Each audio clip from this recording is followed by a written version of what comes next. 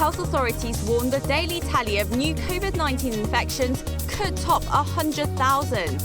This as the country reported over 94,000 cases as of 9 p.m. Monday and the fourth case of the new Centaurus subvariant.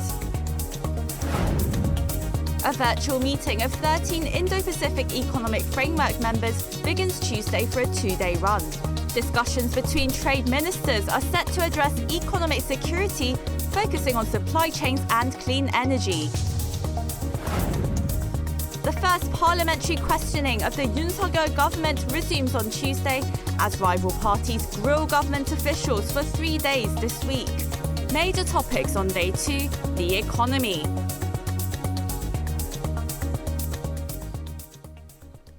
Good morning. Welcome to New Day at Arirang. Amid a clear upward trend, the number of daily COVID-19 cases is set to reach 100,000 here in South Korea, with the 9 p.m. Monday tally only a few thousand short of that point. A number this high for the time period was last seen more than 3 months ago. On top of that, the first locally transmitted case of Omicron subvariant BA.2.75 was also confirmed. The country has seen a few imported cases of the new subvariant of international concern, but confirming a local case means that the variant is already spreading in the country. Lee starts us off this morning. A full COVID-19 resurgence is now becoming a reality here in South Korea. The country's daily tally stands at 94,213 infections as of 9 p.m. on Monday. That's up almost 60,000 from a day earlier and up over 23,000 compared to the same time a week ago. And it's been 97 days since a 9 p.m. tally exceeded 90,000 cases. The first locally transmitted case of the Omicron subvariant, BA.2.75, dubbed Centaurus, was also confirmed on Monday. That brings the total number of infections in the country to 4.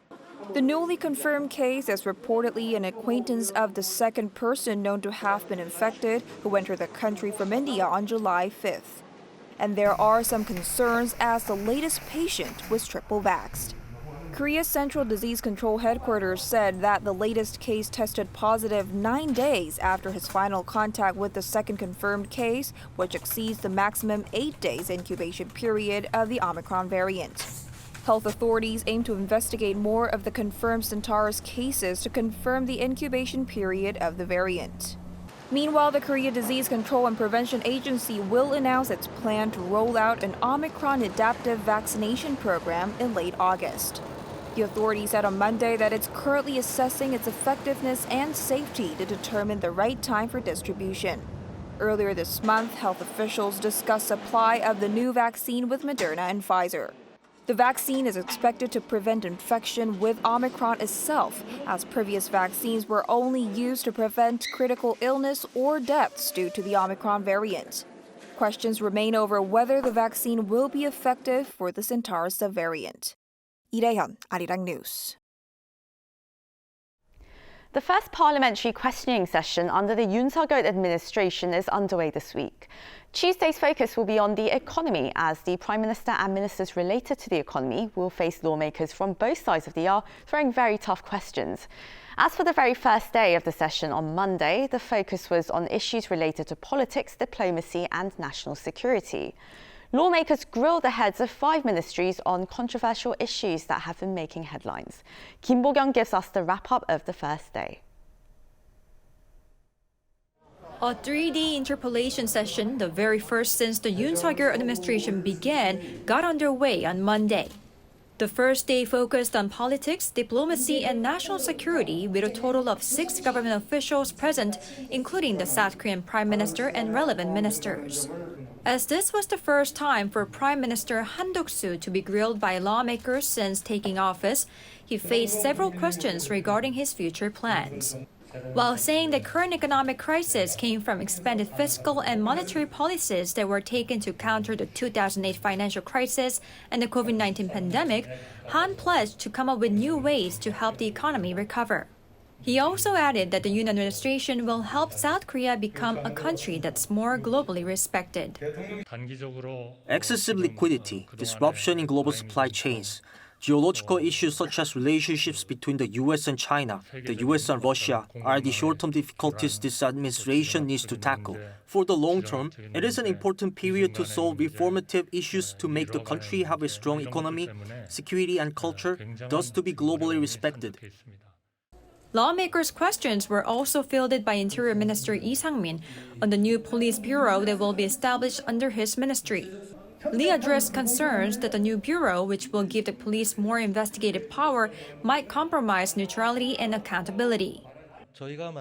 If you specifically take a look at the work the Police Bureau would do and a set of commanding regulations, those concerns would be resolved. The Interior Minister does not have in mind to investigate or be included in specific event. Another controversial issue discussed was concerning the North Korean fishermen who were repatriated in 2019. On this, the unification minister stressed it was wrong and a typical totalitarian way of thinking to send them back just because they were felons. The President's National Security Office said during the briefing on Monday that they have not received any information from the previous government on the matter, and that surprisingly there wasn't much information to refer to. After Monday's topic, the lawmakers' Q&A session will continue for the next 2 days, covering matters that are related to economy and social issues. Again, fierce debate is expected due to the current economic crisis and soaring numbers of new COVID-19 cases. Kim Bo-kyung, Arirang News. Staying with the Parliament's inquiry of Yoon administration, the government officials answered lawmakers' questions on North Korea's nuclear ambitions as well. Lawmakers also reviewed the administration's foreign policy agenda, including its plans to engage with Japan. Kim Da-mi has the details. North Korea possesses a significant amount of nuclear materials, and in fact, it's been actively producing them for the past 5 years. That's what South Korea's defense minister confirmed on Monday during Parliament's inquiry into the Yoon-Suk-yeol administration. He said the exact amount cannot be disclosed, but the plutonium and uranium produced and possessed by the North has increased by around 10%. He added that Pyongyang is on the verge of staging its 7th nuclear test, which reflects the region's pursuit of smaller and lighter nuclear weapons. Calling these military ambitions a clear threat to the international community, Minister Lee said Seoul will make the most out of Washington's extended deterrence policy and reinforce its response capabilities. President Yoon's Minister of Unification also addressed North Korea's nuclear program, explaining that the administration's so-called bold plan includes economic support for the North if it takes substantial steps to give up its nuclear weapons. Also, on the first day of the 3-day hearing, South Korea's foreign minister hinted at a possible summit between the leaders of Seoul and Tokyo, but under certain conditions. He said he is hopeful that a South Korean-Japan summit will naturally be held once desirable solutions to pending issues have been laid out, including a solution for the issue of compensation for the Koreans Japan subjected to forced labor. He then reiterated the ministry's strong determination to come up with the most reasonable and acceptable solution for both countries while respecting the views of the victims as much as possible. The minister further vowed all he can do so that visa waivers for the both countries can be restored. Kim Da-mi, Arirang News. The nation's defense chief will be meeting his American counterpart on Friday to discuss the state of security on the peninsula. The agenda will reportedly include trilateral cooperation with Japan, as well as ways to better implement the concept of extended deterrence. While in Washington, Lee Jong-sub will attend a ceremony marking the completion of the Wall of Remembrance at the Korean War Veterans Memorial and pay respects to veterans at the Armed Forces Retirement Home. The minister's upcoming visit comes amid a push by the allies to hold another meeting soon with officials from both defense and foreign ministries.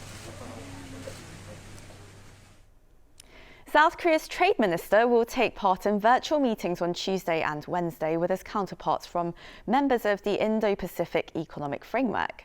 The session is hosted by U.S. Trade Representative Catherine Tai and Commerce Secretary Gina Raimondo. 12 other IPEF members will join the discussions of key issues, including trade, supply chains and clean energy. The regional trade pact was launched in May by President Joe Biden to strengthen America's ties with countries in the Asia-Pacific amid Washington's rivalry with Beijing. to expand its diplomatic domains. Seoul is seeking to bolster cooperation with Southeast Asian countries. And part of such efforts include a bilateral summit set to be held with the visiting president of Indonesia this week. Yoon Jung-min explains further. The Yoon Suk-yeol government is accelerating diplomacy with the Association of Southeast Asian Nations, starting with a bilateral summit with the visiting president of Indonesia this week. President Yoon will discuss bilateral cooperation issues in various fields, including defense industry, infrastructure, and economic security. There will also be in-depth discussions on global issues, including our Indo-Pacific strategy and cooperation with the ASEAN. Introducing Yoon-Widodo's two-day official visit to Seoul from Wednesday, the South Korean leader's top security aide made note of the existing strategic partnership between South Korea and Indonesia and emphasized that the upcoming summit will herald the administration's ASEAN diplomacy. We expect President Widodo's visit this time to not only strengthen Korea-Indonesia relations, but also signal the beginning of the Yoon Suk-yeol government's full-scale diplomacy with the ASEAN. Both countries are joining members of the U.S.-led IPEF, and Seoul expects further cooperation with the Southeast Asian country, which accounts for more than a third of the total GDP of the ASEAN. Also on the summit agenda will likely be the joint fighter development project between the two countries, the share of cost of which Indonesia has yet to pay up, but one that the presidential office says is hopeful it will be resolved soon. Prior to the summit Thursday afternoon, the Indonesian leader will meet with South Korean business leaders and visit a Hyundai Motors Technology Institute. Expanding diplomatic horizons to strengthen economic security is one of President Yoon's key foreign policy priorities. How his government's ASEAN policy will distinguish itself from the previous administration's New Southern policy remains to be seen. Yoon Jung-min, Arirang News.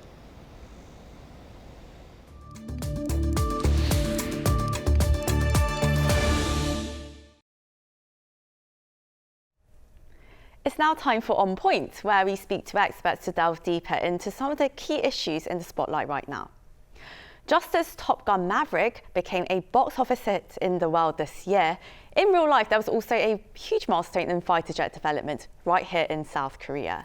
This makes South Korea the 8th country to have its own supersonic fighter jet, the KF-21, just 21 years after it jumped into fighter jet development. So what does this mean for South Korea's defense system going forward? We have Shin Sang-jun, professor of aerospace engineering at Seoul National University with us today. Good morning. Good morning. First, of course, much of the information on the jet is confidential, but as an engineer, realistically speaking, where does this jet stand among other recent generation fighters out there?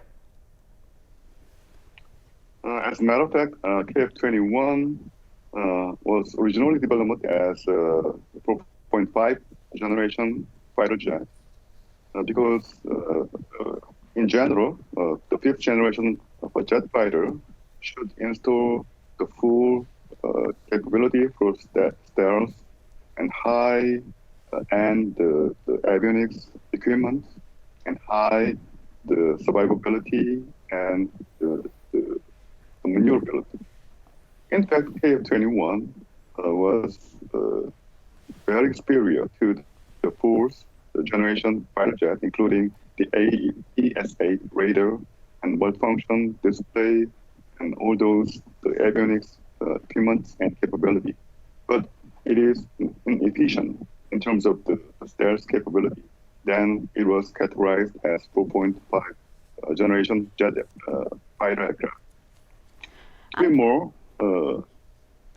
And Professor, well, this was obviously a very expensive project, and well, when you raise the issue of cost effectiveness, people say that importing jets might have been cheaper than developing the country's own. So why is it important to have this domestic technology and know-how in order to build fighter jets?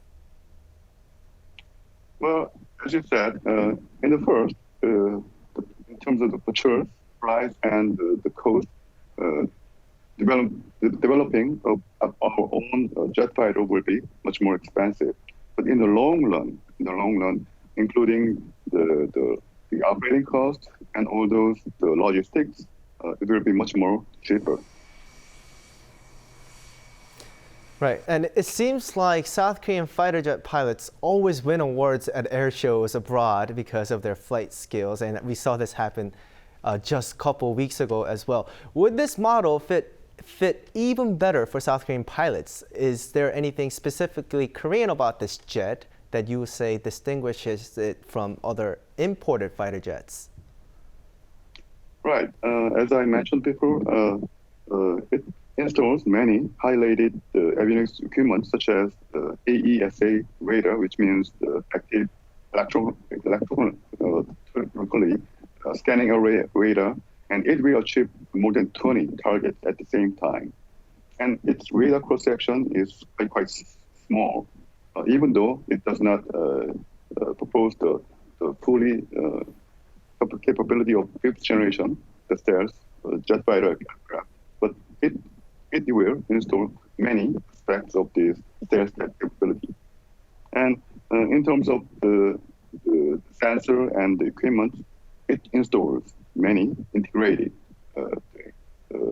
display and avionics system.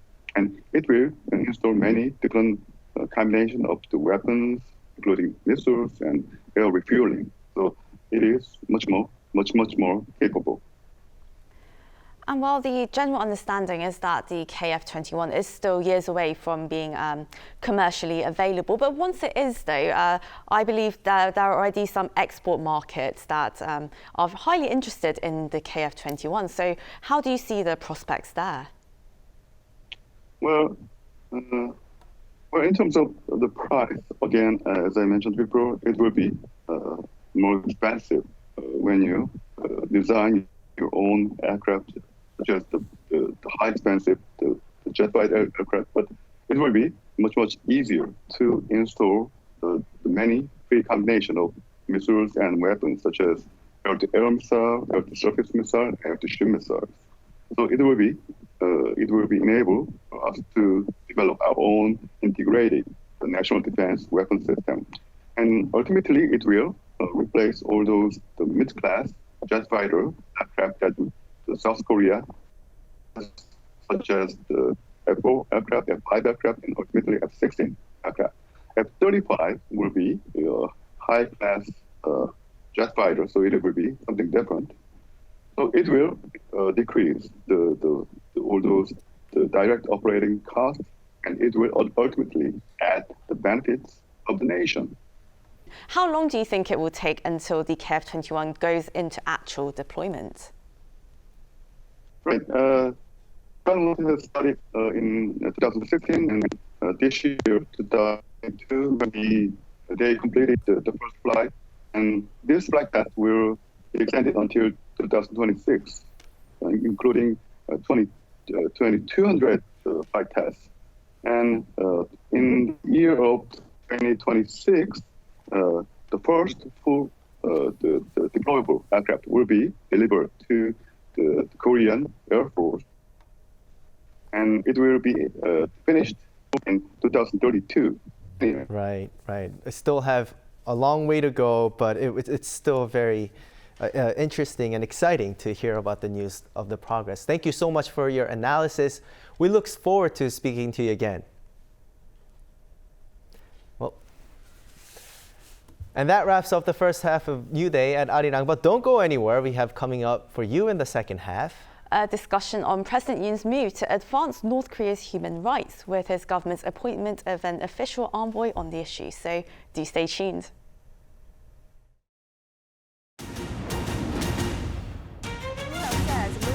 South Korea's experience in tackling COVID-19 and introduced a Korean New Day. A Korean survivor of Japan's wartime slavery met with extraordinary climate crisis and pledged to work with the EU to tackle the challenge. The objective of its North Korea policy is protesters gathering across the country to peacefully demand an end to hate and violence.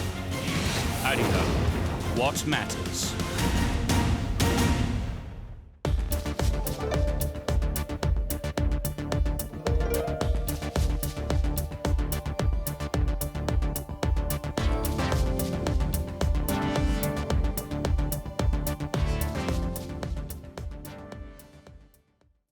Feel so good right now.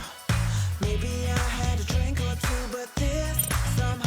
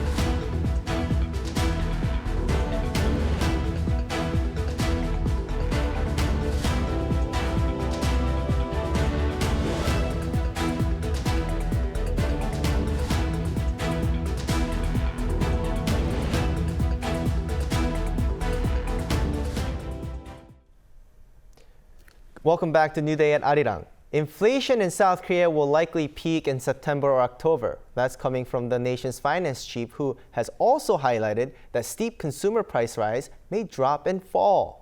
But Minister Chu Kyung-ho did explain that this forecast comes under the premise that there isn't another oil price hike, or if things don't get worse with supply chains and if harvests aren't affected by a typhoon. Regarding concerns about a possible capital outflow upon further US rate hikes, Chu said that finance authorities are making preparations in case market volatility does worsen. Samsung Electronics is the first in the world to mass produce and ship out 3-nanometer chips, the fastest and the most powerful processing tech commercially available. The Korean IT giant believes that the new technology can be a game changer in the global race to lead the industry. Jung has the full story. The semiconductor industry is entering a critical new chapter.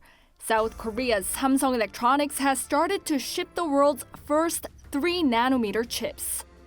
In a ceremony to mark the first shipments on Monday, the tech giant said the new technology will be a game changer in the semiconductor industry. This new technology is the key to continuously improving power efficiency and performance. Also, it is highly flexible and applicable to a variety of uses. Last month, the company announced that it had become the world's first to start mass-producing semiconductors using a 3-nanometer process. Samsung used a new technique, its so-called gate-all-around transistor architecture, to produce chips that are more powerful and efficient. Compared to conventional technology, these can reduce power consumption by up to 50% and can also improve performance by up to 30%. The official said the new technology will help the tech giant to become a leader in the foundry market or contract chip manufacturing. We expect the new technology to be the foundation for growth in semiconductor industry. It would also be the major driver for Samsung to become the leader in the foundry market. Samsung currently is the largest player in the global memory chip market, but it's second place in the foundry market. According to market tracker TrendForce, Samsung's foundry market share is about 16%. The market is dominated by its Taiwanese competitor TSMC, which accounts for more than half of it by revenue. An expert says to secure customers, Samsung should minimize its defect rate because Samsung and TSMC are competing for large multi-year orders from customers such as Qualcomm and Apple. The starting point for mass production is very important, as it helps gain time ahead of any competitors. TSMC is planning to start production of 3-nanometer chips at the end of this year, so it is 6 months behind. At Monday's ceremony, Minister of Trade, Industry and Energy said the new chips are significant in terms of the country's economic security. Going forward, South Korea will gain more stature in contributing to the global chip supply chain, not only in memory but also in system chips. The government last week announced an ambitious plan for the country to become a chip superpower. By 2026, tax benefits will be expanded to help firms to invest some $260 billion in semiconductors and fund the establishment of semiconductor complexes. 엄지영, Arirang News. In other news, amid reports that US House Speaker Nancy Pelosi is planning a visit to Taiwan in the coming weeks, China has delivered a stern warning to Washington about the consequences of such a visit. Kim Yo-sun has the full story. China has warned the U.S. that it was getting seriously prepared for the possibility of a visit by Washington's House Speaker Nancy Pelosi to Taiwan next month. Suppose the US side clings obstinately to its misconduct, China is bound to take resolute and powerful measures to safeguard its national sovereignty and territorial integrity. All consequences entailing from that should be completely borne by the United States. Coinciding with Beijing's strong rhetoric, Taiwan staged air raid drills on Monday while its military was mobilized for routine defense exercises. While there was no direct link between China's renewed threats and Taiwan's defensive moves, they do point to increased tensions in the region, considered a potential hotspot for conflict. Pelosi has not yet confirmed when or even if she will visit. If the visit does take place, it would be the first trip in 25 years by a Speaker of the U.S. House of Representatives to Taipei. An earlier visit planned for April was cancelled due to COVID-19. Amid these developments, President Joe Biden said Monday that he still expects to speak with Chinese President Xi Jinping this week. He told reporters that the expected call will take place by the end of this week. This comes as Xi sent a message last week wishing Biden a speedy recovery from COVID-19. Kim Hye-san, Arirang News. U.S. President Joe Biden has been given an honorary Korean name of Baejisung, which means territory and star. The name was presented by the ROK-U.S. Alliance Friendship Association as part of a week-long commemoration to mark the end of the Korean War 69 years ago. The association explained that the name was granted to Biden so that he can continue to consider and maintain peace on the Korean Peninsula while he contributes to world peace. He is one of dozens of top U.S. officials, including former Presidents Obama and Trump, to receive a Korean name from the association. Brace for a heartbreak because figure skating queen Kim Yeon-ah will be off the market, according to her management agency, All That Sports. The 31-year-old Olympic gold medalist is tying the knot with the 27-year-old singer Ko Woo-rim in October. They first met at the All That Skate Ice Show, where Ko was invited to perform. The couple have been dating for 3 years. The two wish to have a small private ceremony and will not disclose the specific date and venue.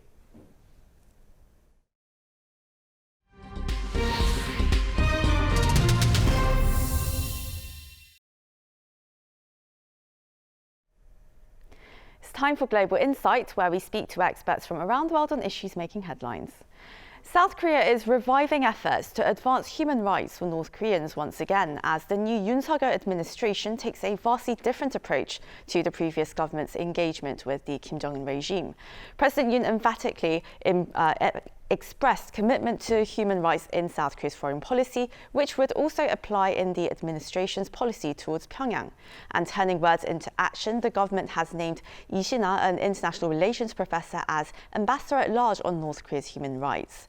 This post was created 2 administrations ago in 2016 under the then Conservative government, but was vacant for 5 years during the Liberal Moon Jae-in years. And we discuss today the significance of this revived role and what's expected going ahead. We have joining us for this discussion Professor Lee Jung-un, the very first ambassador at large who was appointed to the position, who is now Dean and Professor of International Relations at Yonsei University's Graduate School of International Studies. We also have Phil Robertson, Deputy Director of Human Rights Watch. We welcome you back, Phil, and hello to you, Professor Lee. Thank you both so much for joining us. And my first question to you, Professor Lee. You were appointed Ambassador at Large on North Korean human rights on September 13th of 2016, in line with the South Korean government's North Korean Human Rights Act. Now, what was the purpose of establishing this office back then, and what were your major roles? Okay, good morning. Thank you for inviting me.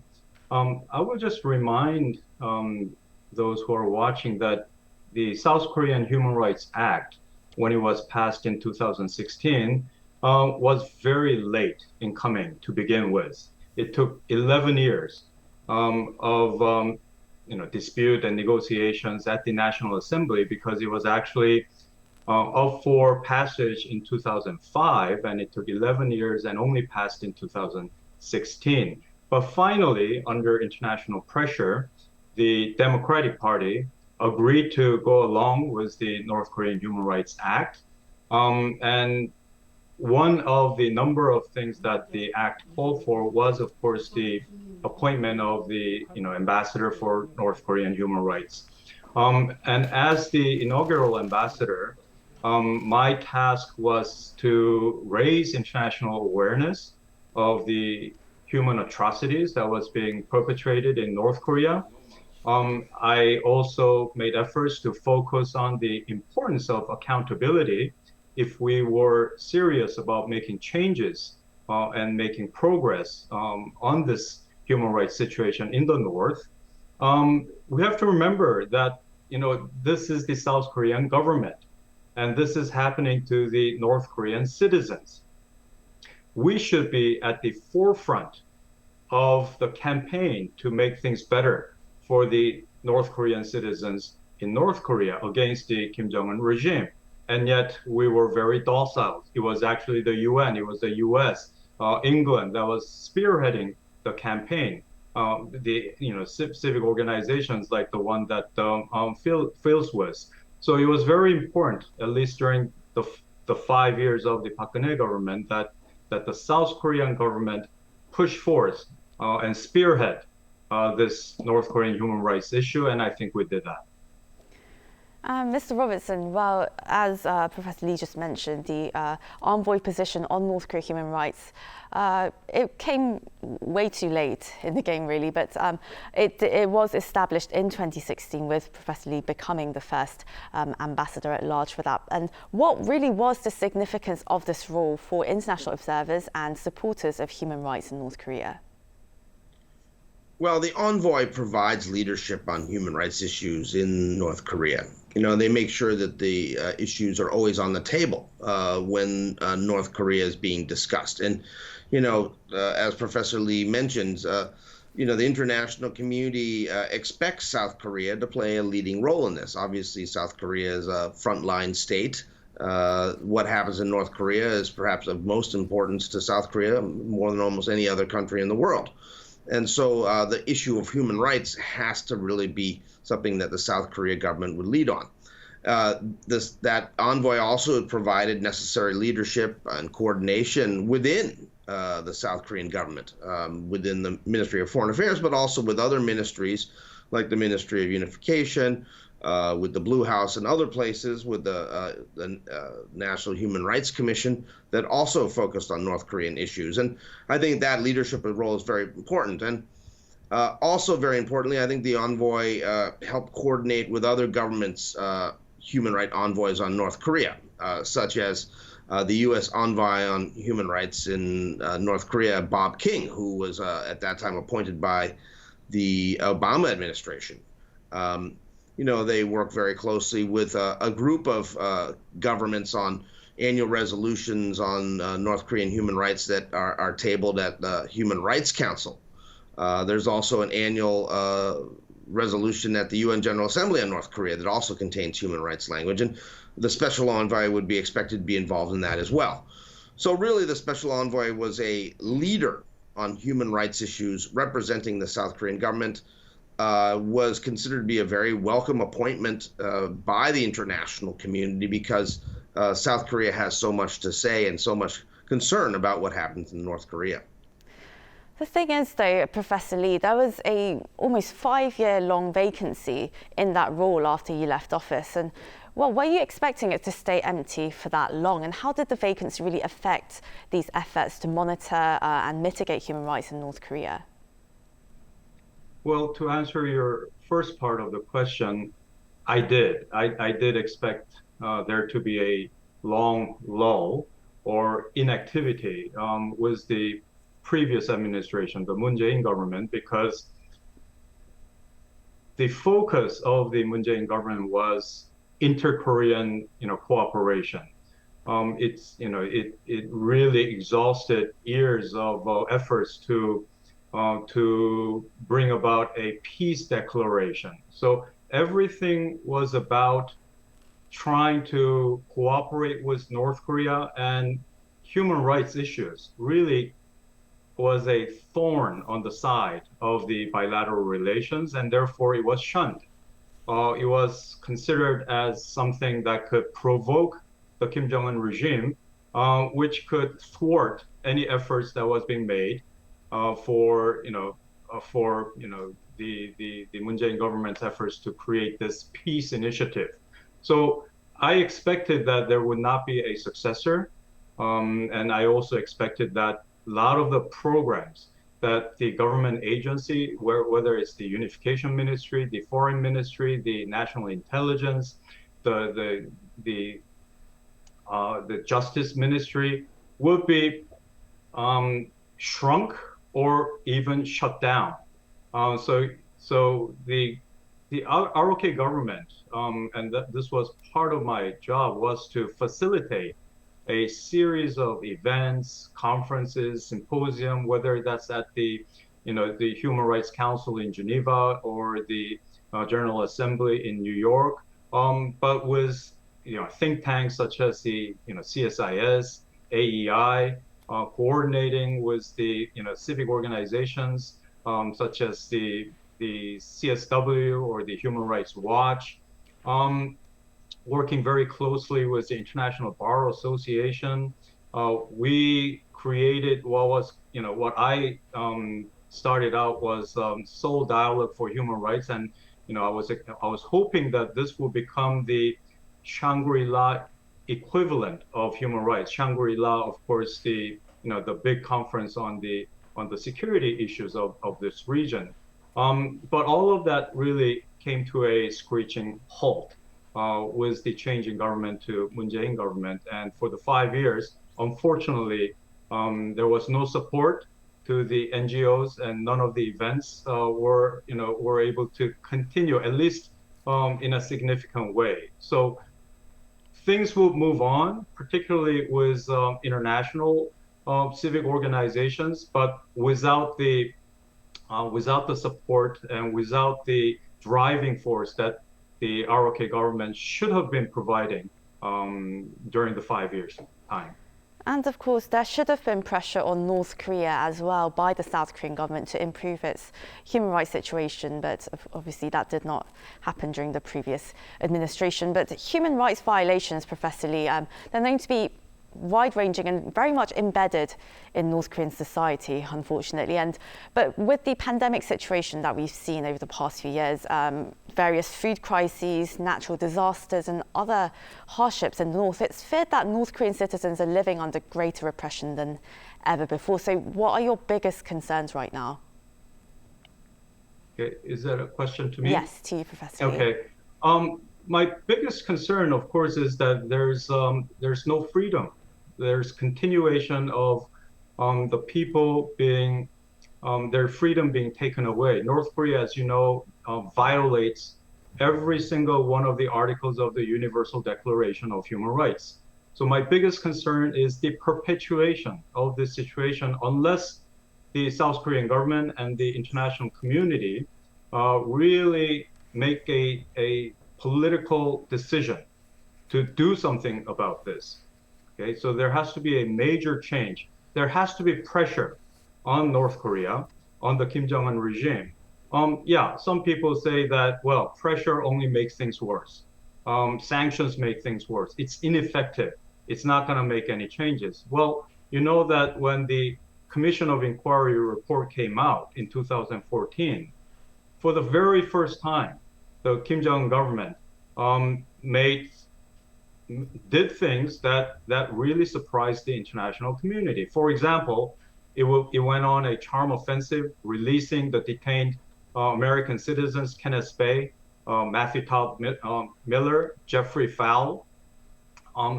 The North Korean Foreign Minister Lee Soo-young would go on a diplomatic tour, appealing to the European and Southeast Asian countries. They also ratified the UN Convention on the Rights of the Child after 24 years of negligence. The special rapporteur, Darusman, was actually invited. So, and the list can go on. What I'm saying is that we felt that with the COI report, something that could really put the pressure, squeeze on North Korea, that we found the Achilles gun of North Korea, that this is something that moves this regime that doesn't budge, even with dozen Security Council sanctions resolutions. So it does work. Unfortunately, it's been shunned for the past 5 years. So it's now time to get back on track to put the pressure on, so that we can actually bring about genuine changes.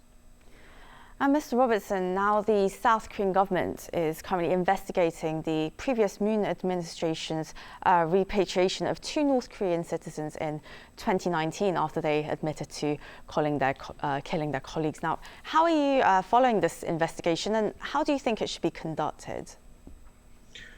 Well, we're following it very closely. The forced return of these 2 North Korean fishermen must certainly be investigated. It must be done independently and impartially, because what happened was a clear violation of South Korea's international human rights obligations. And this was under 2 different UN rights treaties that have been ratified by the Republic of Korea. The first being the UN Refugee Convention, and the second one being the Convention Against Torture and Other Cruel, Inhuman, and Degrading Treatment or Punishment. The reason the second one comes into play was that that convention says very clearly that people should not be sent back to an area where they could possibly face torture. And what we have seen time and time again in our research on North Korea is that anybody who flees the country and is sent back to North Korea faces torture at the hands of the security services. Now, furthermore, I mean, it was really quite puzzling to us why the Moon administration sent these 2 men back, because the Constitution of the Republic of Korea sets out that North Koreans are also to be considered as citizens of South Korea. So why then didn't President Moon and his administration decide to send these 2 men to trial in a South Korean court, if in fact they had evidence that the 2 men had committed the crimes of murder of their fellow crewmen, which is the allegation that has been made? Had this been a case that was heard by a South Korean court, I think a couple things would have happened. First of all, the men would have at least been guaranteed a free and fair trial. I mean, I think that our concern is that when they were sent back to North Korea, they were executed. I also think that there would have been a lot of information that could have possibly come out about what the 2 men had done in the North. There's a number of narratives that we have heard that we are investigating that, in fact, these people may have been something different, that they may have, in fact, been fleeing persecution. All these issues have to be investigated now.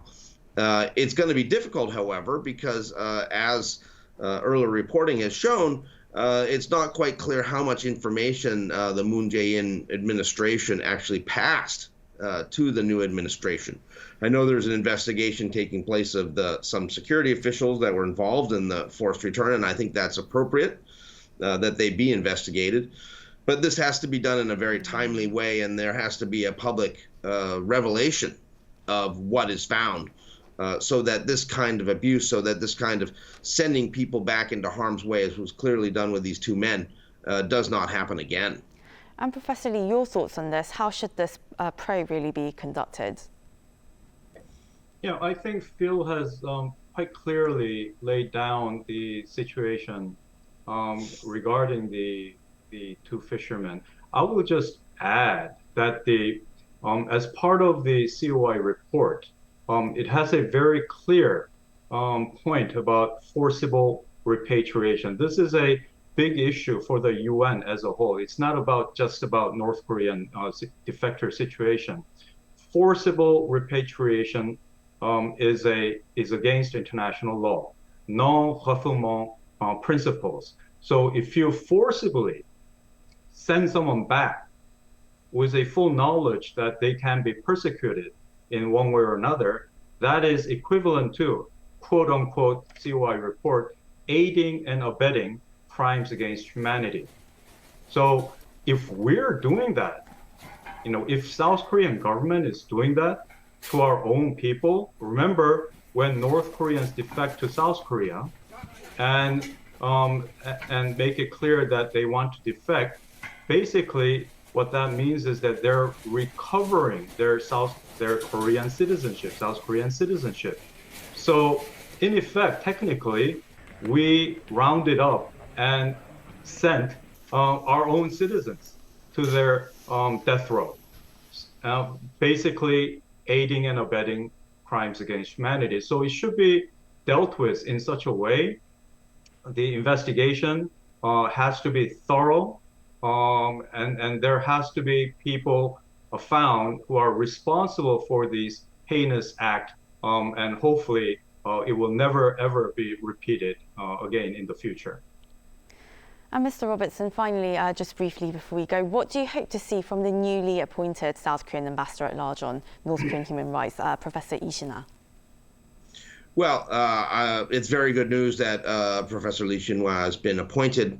I don't know her personally, but judging from her background and experience, she appears to know the UN system very well. You know, she served on Kofi Annan's independent Rwanda inquiry and has been involved in peacekeeping affairs. And I also consider it very significant that she has previously worked for the UN High Commissioner for Human Rights.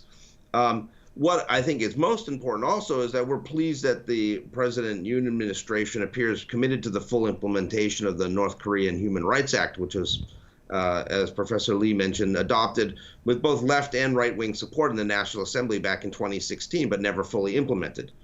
And our view is that the new envoy should show strong leadership on North Korean human rights issues, should engage with the international community, should encourage the Biden administration to fill their empty position of the diplomatic envoy, the special ambassador on North Korean human rights issues that the U.S. has not appointed yet.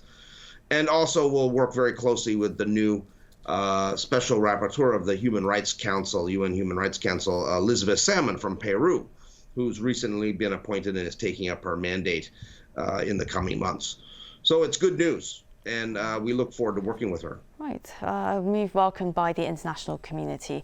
That was Professor Lee Jung-won, the first and former ambassador at large of North Korean human rights here in South Korea, and also Phil Robertson, Deputy Director of Human Rights Watch. Thank you both so much for joining us. Thank you. Thank you.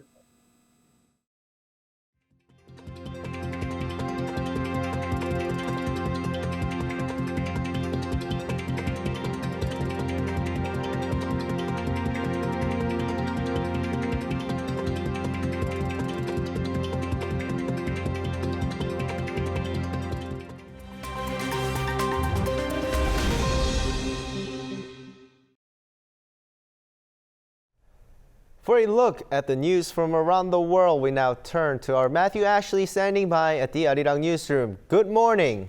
Good morning to you guys. Hi Matt, let's start with Russia's gas pipeline to Europe, as reports indicate that supplies from the pipe will be tightened. Well, that's right, Soo-young. The already reduced gas supplies coming from Russia's Nord Stream 1 look set to be squeezed tighter still. That's according to a statement on Monday by Russia's state-owned Gazprom. It said that from Wednesday 4 a.m. local time, supplies will halve from 40% to just 20% capacity. In numbers, this means that flows from Russia into Europe through Germany will fall to 33 million cubic meters per day. Gazprom claimed that it's halting a gas turbine's operation due to maintenance work, a claim that's been contested by German officials. The reduced capacity will likely make it more difficult for EU countries to replenish their gas stores before winter and follows a recent 10-day maintenance shutdown of the pipeline. Now, reports from Myanmar on Monday say that the military junta has executed 4 pro-democracy activists, marking the first time in over 30 years such punishments have been carried out. Among those killed were 2 prominent resistance leaders, including a deposed pro-democracy lawmaker. They were accused of committing, quote, terror acts and sentenced to death in a closed-door trial criticized by rights groups as being unjust. The executions have drawn global backlash, with the U.S. Secretary of State Antony Blinken condemning the killings. State media reported that they were charged under counter-terrorism laws, but failed to specify when or how they were executed. China is one step closer to completing its orbital outpost after successfully docking a second laboratory module to its space station. The news was announced by the China Manned Space Agency on Monday. Called the Wuntian module, the 23 metric ton spacecraft is China's largest ever. It was launched on Sunday and successfully docked with the Tiangong space station after a 13-hour flight. The module will allow various biotechnological experiments under changing gravity conditions. It also has a robotic arm for external experiments and an additional airlock for spacewalks. And in our final story, Venice is introducing an entrance fee to day trippers looking to visit the iconic Italian city. Trials of the measure started this summer ahead of full implementation in 2023. The fees will range from $3 to $10 with the price based on the season. The fees will only apply to tourists on day trips, as those staying overnight will have their fees included in tax charged on their hotel bill. Those wanting to visit will need to register ahead of time.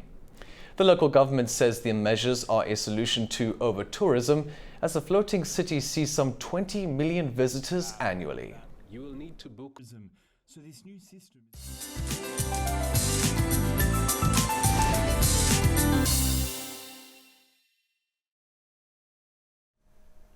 Good morning. The hottest part of season is gripping most parts of the country. Today is Chungbok, marking the middle of the summer's hottest period. Intense heat continues in Daegu and surrounding regions under sunny skies with very high UV rays today.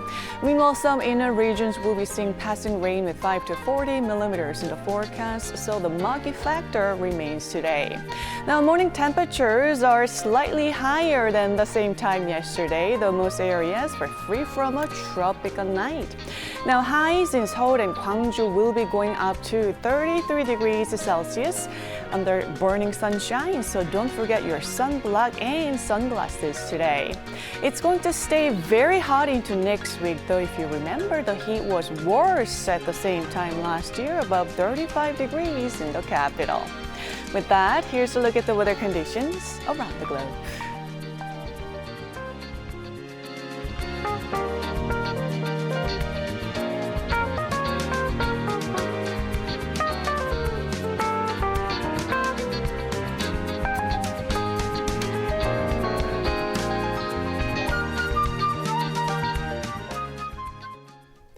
That wraps up our newscast for this hour. Thanks very much for watching. Goodbye.